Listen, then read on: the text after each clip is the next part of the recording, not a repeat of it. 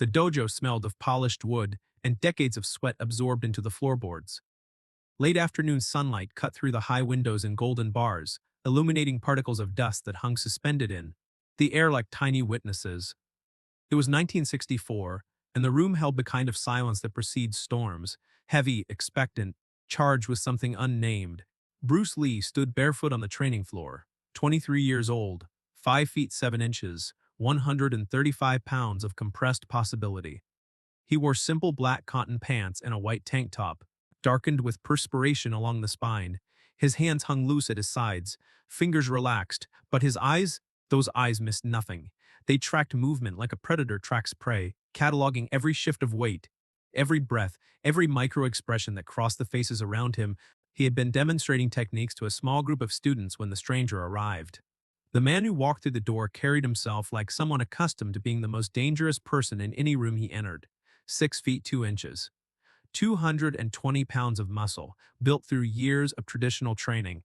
His GI was immaculate white, the belt at his waist worn and faded in that particular way that speaks of genuine time spent on the mat.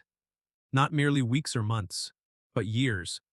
A third-degree black belt in karate, the kind earned through sweat and repetition, and unquestioning devotion to forms passed down through generations. His name was Jackson.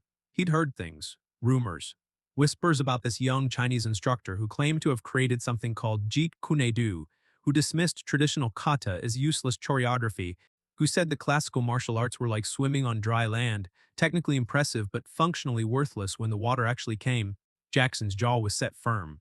His eyes, pale blue and cold, swept the dojo with the kind of dismissive assessment that makes smaller men feel suddenly conscious of their size. He'd come from a school across town, where discipline meant standing in perfectly straight lines, where technique was judged by how precisely it matched the movements of masters who'd been dead for centuries, where innovation was heresy and tradition was gospel. Bruce's students had stopped mid-movement when Jackson entered. There were 8 of them. 6 men, 2 women, ranging in age from 19 to 41. They formed a loose semicircle now, uncertainty written in their postures. Dan Inosanto, Bruce's senior student, stood closest to the door. His expression had gone carefully neutral, but his weight had shifted almost imperceptibly onto the balls of his feet. The air between Bruce and Jackson crackled with invisible electricity. "You're Lee," it wasn't a question.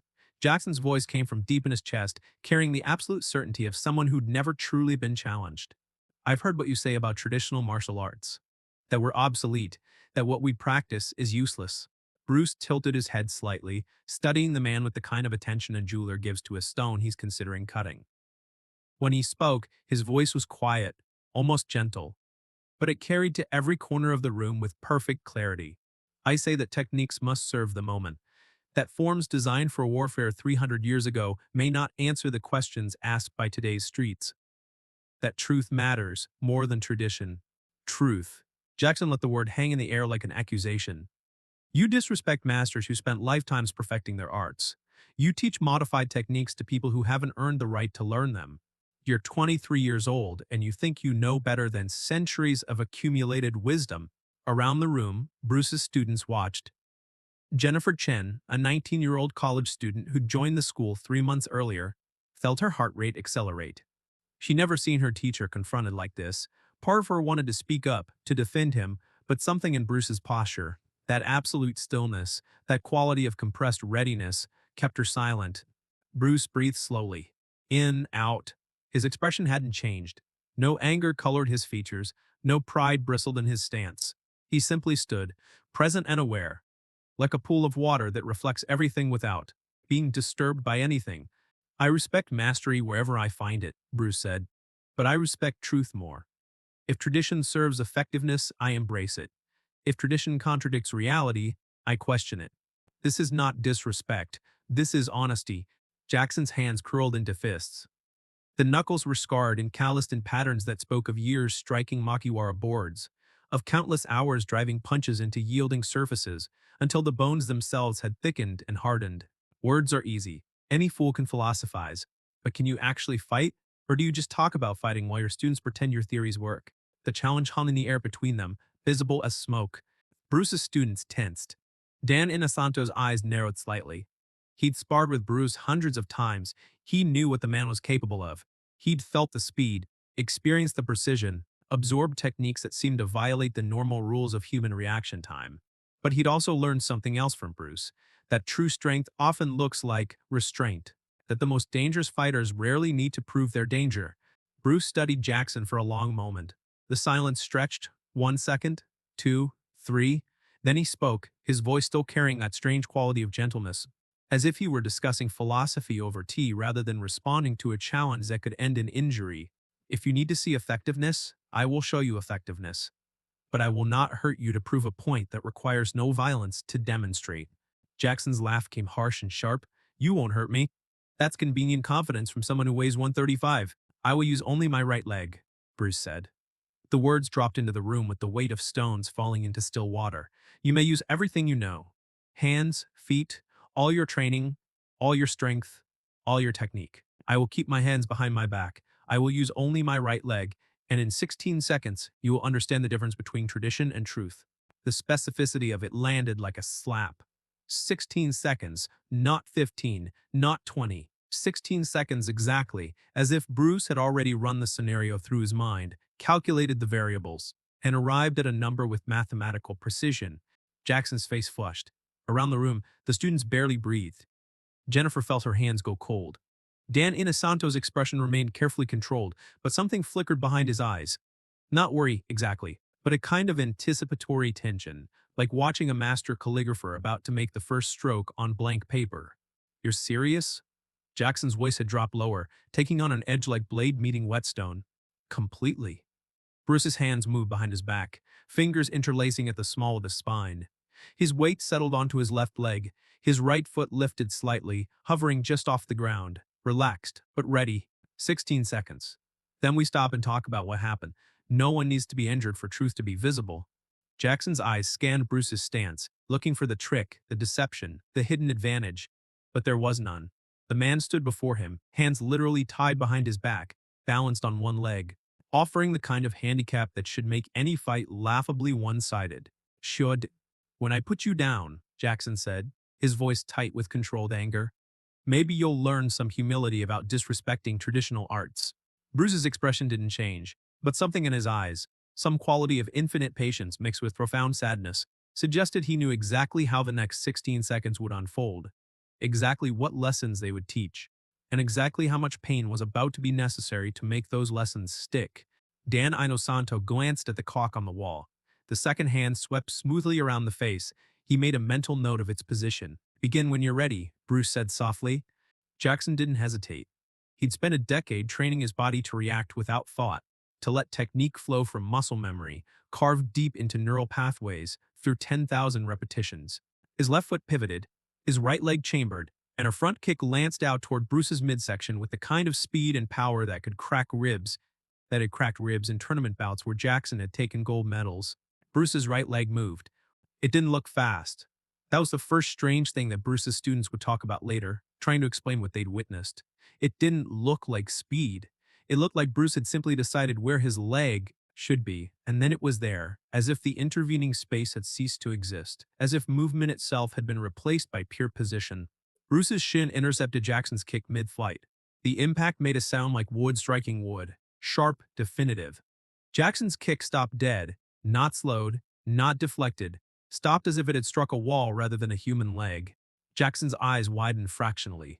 He reset, pulled back, adjusted. His hands came up into guard position, and he fired a jab toward Bruce's face, testing, probing. Bruce's head tilted 4 inches to the left. The punch sailed past, disturbing the air where his face had been a fraction of a second earlier. Before Jackson could retract the arm, Bruce's right foot snapped up in a stop kick that caught Jackson's extended elbow, not hard enough to break it but with sufficient force to send a shock of pain up the arm and interrupt the neural signal that controlled the limb. Jackson's arm dropped. His face registered confusion now, mixing with the anger, creating something more dangerous, frustration. He pressed forward, closing distance, trying to negate the reach advantage that Bruce's leg provided. A combination came fast, left jab, right cross, left hook, the kind of sequence that had knocked out opponents in tournaments. In street fights, in situations where technique met resistance and technique had won, Bruce's torso swayed like bamboo in wind. The punches whispered past, each missing by margins so small they seemed like hits to the untrained eye. But in combat, those millimeters were canyons, infinite spaces that separated contact from empty air. and then Bruce's right foot struck. It shot forward in a sidekick that seemed to travel in a straight line from Bruce's hip to Jackson's solar plexus. The technique was textbook perfect. Toes pulled back, heel driving forward. Hip rotated to channel maximum force through the striking surface. But the speed was something beyond textbook, beyond normal human capability, beyond what muscles should be able to produce. Jackson's body folded around the impact. The air exploded from his lungs in a sound that was half grunt, half gasp. His feet actually left the ground, both of them simultaneously, and he traveled backward through space, suspended for a moment in that weightless state where physics demonstrates its absolute authority over human intention. He hit the ground on his back, hard. The impact drove whatever air remained in his lungs out through his open mouth. His eyes stared at the ceiling, unfocused, trying to understand what had just happened, trying to reconcile the reality of being on his back with the certainty he'd felt just seconds earlier. Dan Inosanto glanced at the clock. The second hand had swept through precisely 16 seconds. Bruce lowered his right leg, brought his hand from behind his back, and stepped forward. His face held no triumph, no satisfaction, no pride. Instead, something closer to concern colored his features as he knelt beside the fallen man. "Breathe slowly," Bruce said, his voice gentle now, clinical. "The diaphragm is spasming. It will pass, don't panic." Jackson's chest heaved. His eyes, still wide, found Bruce's face in them. Something fundamental had shifted. The certainty was gone. The arrogance had shattered. What remained was something raw and new and painful, the sudden, terrible understanding that everything he'd believed about his own capability, everything he'd built his identity upon, had just been demonstrated to be insufficient. Bruce placed a hand on Jackson's shoulder, not restraining, not threatening, just present. "Breathe in through the nose, slowly." Around the room, the students remained frozen. Jennifer realized her hands were shaking. The violence had been so compressed, so efficient, so completely one-sided that her mind was struggling to process it. She'd seen Bruce demonstrate techniques dozens of times, had felt some of them herself in controlled practice. But this, watching him dismantle a larger, stronger, highly trained martial artist using only one leg in exactly the time he predicted, this was different. This was watching theory become brutal, undeniable fact. Jackson's breathing gradually steadied. Color returned to his face, though it came with a deep flush of shame that darkened his cheeks and neck. His eyes stayed on Bruce's face, searching for mockery, for the cruel satisfaction that victors often wear like trophies. He found none. "Can you sit up?" Bruce asked. Jackson nodded, and Bruce helped him to a sitting position. The larger man moved slowly, carefully, one hand pressed against his solar plexus where the kick had landed. His GI, so immaculate when he'd entered, was now dusty, disheveled, marked by his contact with the floor. Bruce sat cross-legged in front of him, his posture open, non-threatening. When he spoke, his voice carried that quality it had held before the confrontation. Patient, teaching, without judgment. What you felt was not magic. It was not mystical energy.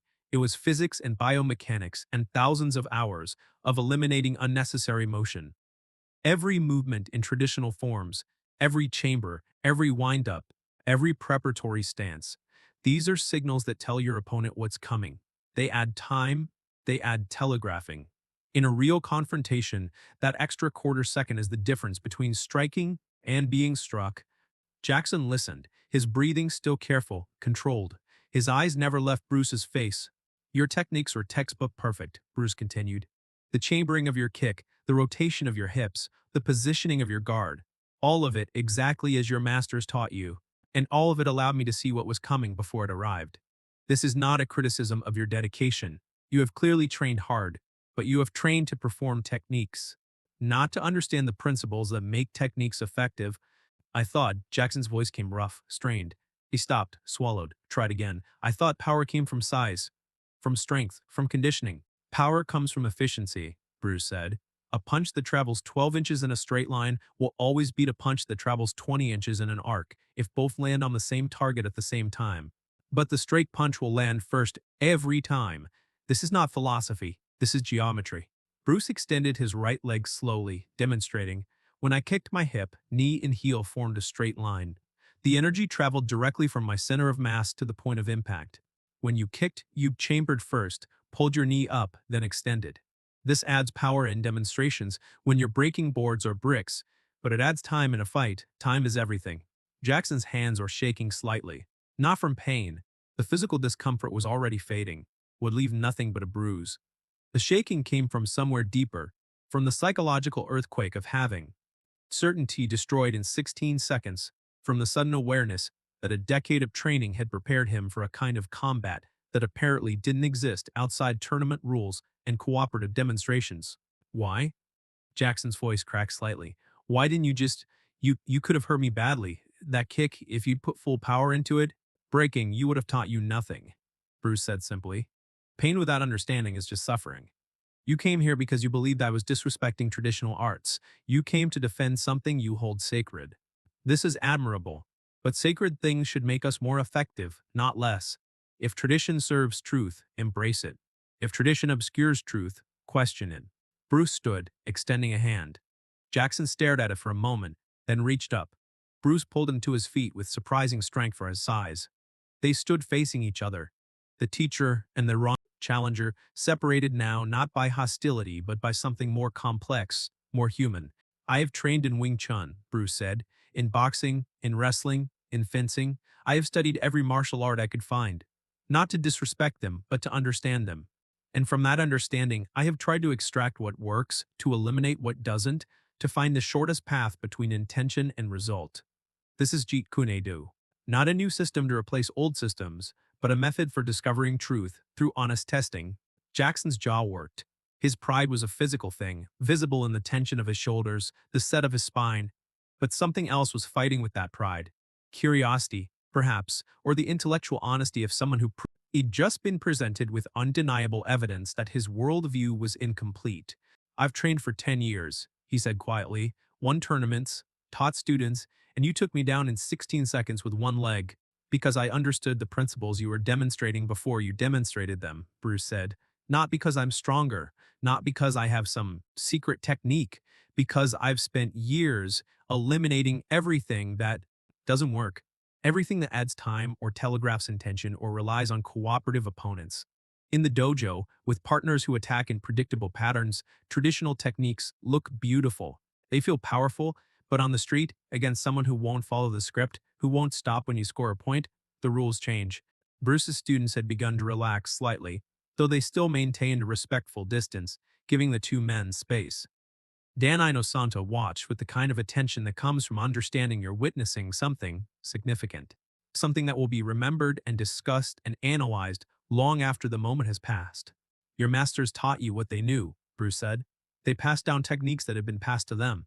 This is tradition's strength, accumulated knowledge, proven methods, a lineage of understanding. But tradition's weakness is that it fossilizes. It preserves what worked 50 years ago, 100 years ago, 300 years ago. It doesn't adapt, doesn't evolve, doesn't question. Jackson's hands, still trembling slightly, curled into fists. Not aggressive fists, more like someone trying to hold on to something that was slipping away. So what do I do? Throw away 10 years of training? No, Bruce's voice was firm but kind. You integrate it. You test it. You keep what works and discard what doesn't. Every technique you know, every block, every strike, every stance. Ask yourself, does this make me more effective? Or does it make me look more traditional?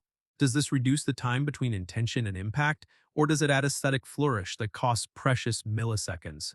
Bruce stepped to the center of the training floor, his students automatically giving him space. He settled into a ready position, not the elaborate stances of traditional kung fu, not the rigid formality of karate, but something fluid, something that looked almost casual until you noticed the perfect balance, the optimized structure, the complete readiness to move in any direction without telegraphing or preparation. This is my fighting stance, Bruce said. Nothing is fixed, nothing is committed. I can move forward, backward, left, right, strike, defend, all from this position, all without changing my base, without shifting my weight in obvious ways that signal my intention. Compare this to a traditional horse stance or a front stance with weight committed to the lead leg. Those stances are strong. They're powerful, but they're slow. They're obvious. Jackson watched, and something in his expression began to shift. The defensive walls were coming down, brick by brick, replaced by something that looked like genuine intellectual engagement. Could you... Jackson hesitated, then pushed forward. Could you teach me not to replace what I know, but to test it, to understand it better? Bruce studied him for a long moment. His eyes seemed to see past the surface, past the pride and the shame and the confusion, to something deeper, some quality of character that mattered more than technique or style or lineage.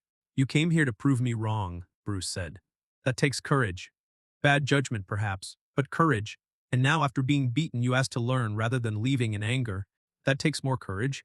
Yes, I can teach you, but you must be willing to question everything you think you know, not to abandon it, but to test it honestly. Can you do that? Jackson stood silent for 5 seconds. 10, 15. The room held its breath. Then slowly he bowed.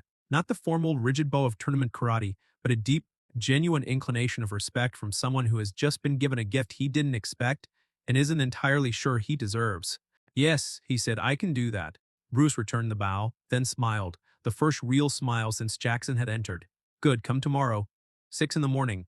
We'll start with the basics. How to stand, how to move, how to eliminate the telegraphs you don't even know you're giving. It will be frustrating. You'll feel like a beginner again. Your ego will hate it. I think my ego just learned a valuable lesson about humility, Jackson said, and there was the ghost of a smile on his face now, self-deprecating and genuine. Ego is not the enemy, Bruce said. Ego that cannot learn is the enemy. Ego that demands to be right rather than to be effective. That's what we must overcome, not just in martial arts. In life. He turned to his students, who'd been watching the entire exchange with varying expressions of amazement, relief, and thoughtful consideration. What happened here? What you witnessed? This is the lesson. Not the technique, not the kick, not the speed, not even the victory. The lesson is what happens after. Jackson could have left, he could have made excuses, blamed the surprise, claimed it was luck. Instead, he asked to learn. This willingness to question, to adapt, to grow even when growth requires admitting you were wrong. This is the heart of Jeet Kune Do. Jennifer found her voice for the first time since Jackson had entered. Sifu, when you said 16 seconds, how did you know? How could you predict it that precisely? Bruce considered the question. I didn't predict the future. I observed the present. I saw how Jackson moved, how he carried his weight, how his eyes tracked targets. I recognized the patterns of his training, the stance, the guard position, the chambering before techniques. From these observations, I could calculate likely attacks, likely responses, likely openings. 16 seconds was not prophecy, it was measurement. But that seems impossible, another student said. To see all that, calculate all that in the few seconds before the fight started? It's not calculation, Bruce said. Not conscious thought. It's recognition. When you read a book, you don't sound out each letter, then combine letters into words, then combine words into sentences. You see the word and meaning appears. Combat. At the highest level, works the same way. You see the opponent's structure and opportunities appear. You don't think about them. You recognize them. He walked to the wall where a calligraphy scroll hung. Black ink on white paper. Chinese characters forming a poem about water. Water flows around obstacles. It doesn't fight rock. It finds the path of least resistance. But given time, water shapes rock, carves canyons, moves mountains. This is the principle. Not strength against strength, not style against style. Efficiency, adaptation, truth. Jackson stood at the edge of the group now, still separate, but no longer an outsider, no longer an enemy. His hand remained pressed lightly against his solar plexus, a physical reminder of the lesson branded into his body. But his eyes were clear, focused, absorbing everything Bruce said with the intensity of someone who's just discovered that the map he'd been following was incomplete, and there are entire territories yet unexplored. In tournaments, Bruce continued, you fight people who train the same way you do, who follow the same rules, who attack with the same techniques. So traditional training works. You win medals. You feel validated. But the moment you face someone who doesn't follow those patterns, who doesn't respect those rules, what happens? He gestured to Jackson. Not an insult, an observation. Your training prepared you for a specific kind of opponent. When you met something different, the training failed, not because the training was worthless, but because it was incomplete, specialized, optimized for a particular environment that doesn't exist outside controlled conditions. Jackson nodded slowly. We practice attacks we know are coming. We know the partner will throw a certain punch, so we practice the counter for that punch, over and over until it's reflexive. But if they throw something different, the reflex fails, Bruce finished. Because it's not really a reflex. It's a memorized response to a specific stimulus. True reflexes adapt. They respond to what's actually happening, not what you train to expect. This is why I say, learn principles, not techniques. If you understand the principle of intercepting an attack at its source, you can intercept any attack. But if you memorize 50 specific counters to 50 specific attacks, what do you do when you face the 51st? The afternoon light had shifted, the golden bars moving across the floor as the sun declined toward the horizon. Shadows lengthened. The dust particles still hung in the air, still bearing silent witness. But the quality of the room had changed. The tension that had pulled everything tight had released. What remained was the calm of a lesson learned, the quiet satisfaction of understanding replacing the electric anticipation of violence. Bruce clapped his hands once, sharp and definitive. Enough philosophy for today. Jackson, rest tonight. Ice that bruise. Tomorrow morning we begin. Everyone else, the demonstration is over. But the training continues. Partner up. Practice what you saw, not the technique. The principle. How can you reduce telegraphing? How can you make your movements more direct? What are you doing out of habit that adds time without adding effectiveness? The students moved to obey, pairing off, beginning to work through techniques with a new awareness, a new level of attention to detail.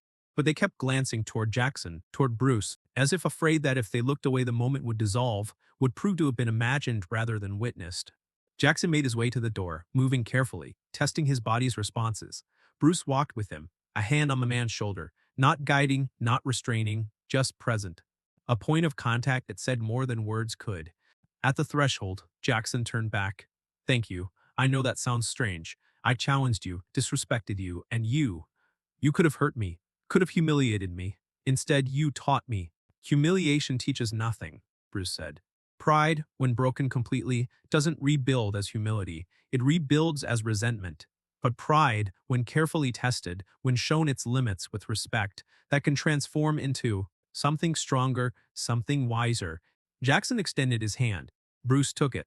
The grip was firm, equal, containing none of the hostility that had charged their first exchange. 6 a.m., Jackson said. 6 a.m., Bruce confirmed. After Jackson left, Dan Inosanto approached his teacher. His expression was thoughtful, analytical. You knew, he said quietly, before it started, you knew exactly how it would go.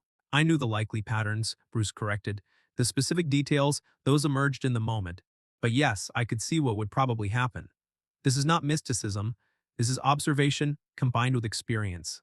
I've sparred with karate practitioners before.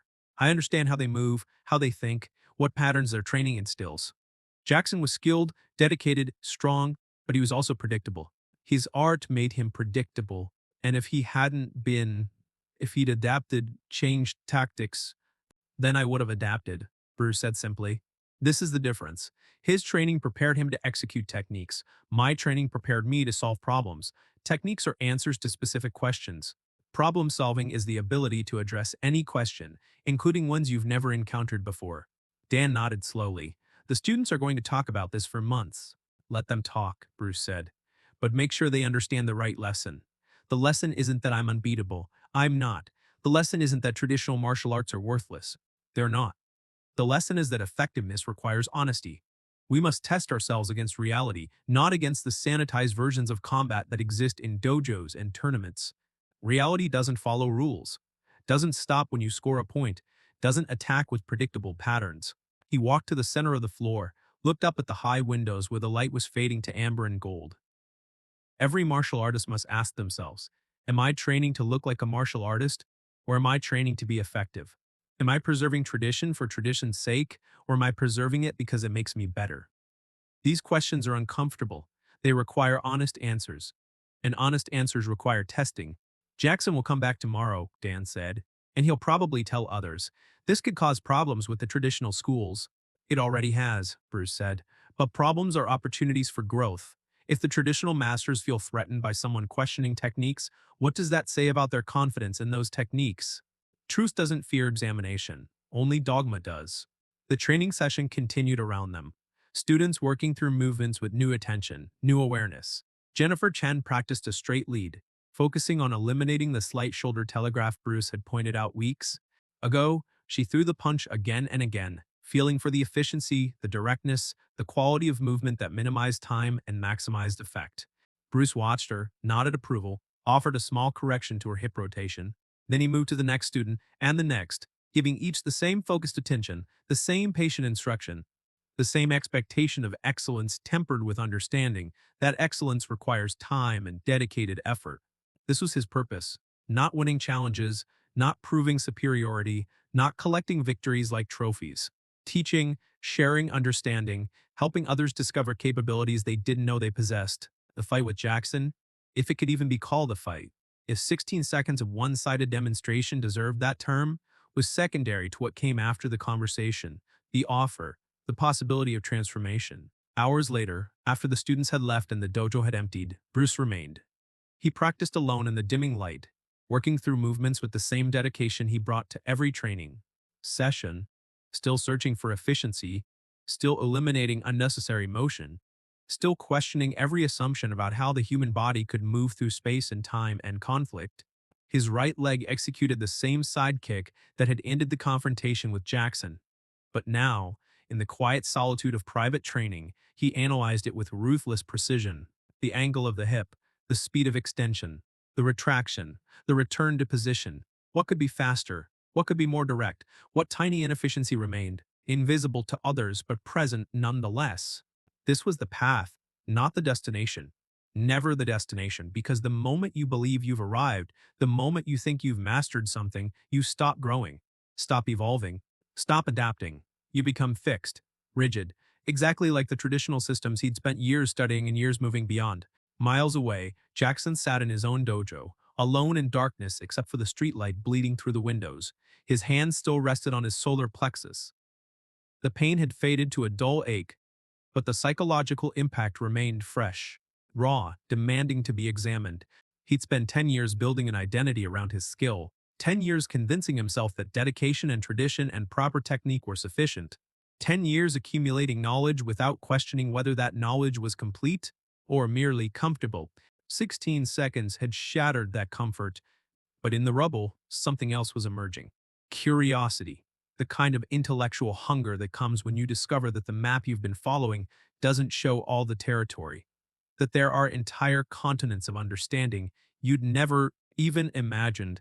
He would return in the morning, would bow to a teacher 20 pounds lighter and 11 years younger and infinitely more effective, would submit his ego to the uncomfortable process of unlearning and relearning, of questioning and testing and growing, because the alternative, clinging to comfortable certainty, defending tradition against reality, preserving pride at the expense of truth, that alternative had just been demonstrated to be not merely ineffective, but potentially dangerous in 16 seconds, with one leg, while the opponent's hands remained literally behind his back. The lesson had been brutal in its efficiency, but brutality that leads to growth, to genuine understanding, to transformation, perhaps that's not brutality at all. Perhaps that's simply teaching stripped of comforting illusions. Instruction delivered with the precision of a surgical strike, cutting away what's false to reveal what's true. Now, reading this story, you might want to ask yourself something uncomfortable. Who in your life have you dismissed because they didn't look the part? Who have you underestimated because they didn't match your expectations?